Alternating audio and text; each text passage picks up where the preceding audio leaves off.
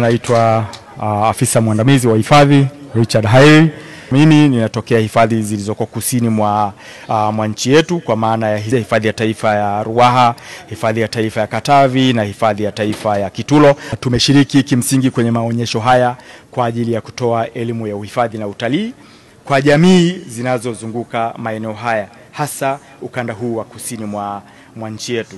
Lengo kubwa ni kutoa elimu ya utalii, lengo kubwa ni kutoa elimu ya uhifadhi, lengo kubwa ni kujaribu kuwafafanulia wananchi manufaa makubwa yanayotokana na majukumu haya ambayo yameanzishwa na waasisi wa taifa letu, akiwepo Mwalimu Julius Kambarage Nyerere ambaye ni muasisi na ni mhifadhi namba moja wa majukumu ya uhifadhi katika taifa letu, lakini pia katika bara la Afrika. Kimsingi tupo hapa kwenye maonyesho haya ya Karibu Kusini International Trade Fair and Festival ambayo yanafanyika katika viwanja hivi vya Matema Beach karibu na Lake Nyasa, na niseme tu kwamba maonyesho ni makubwa, ni mazuri na mafanikio ni makubwa.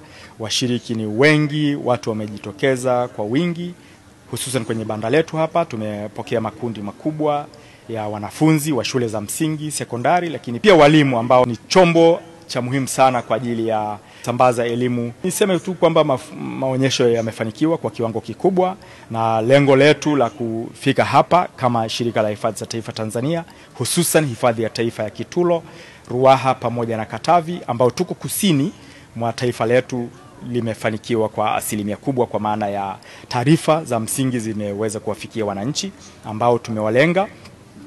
Lakini pia publication, tumetangaza hifadhi zetu zilizoko kusini, hasa shughuli tunazifanya kwenye hifadhi zetu za taifa kwa ujumla wake.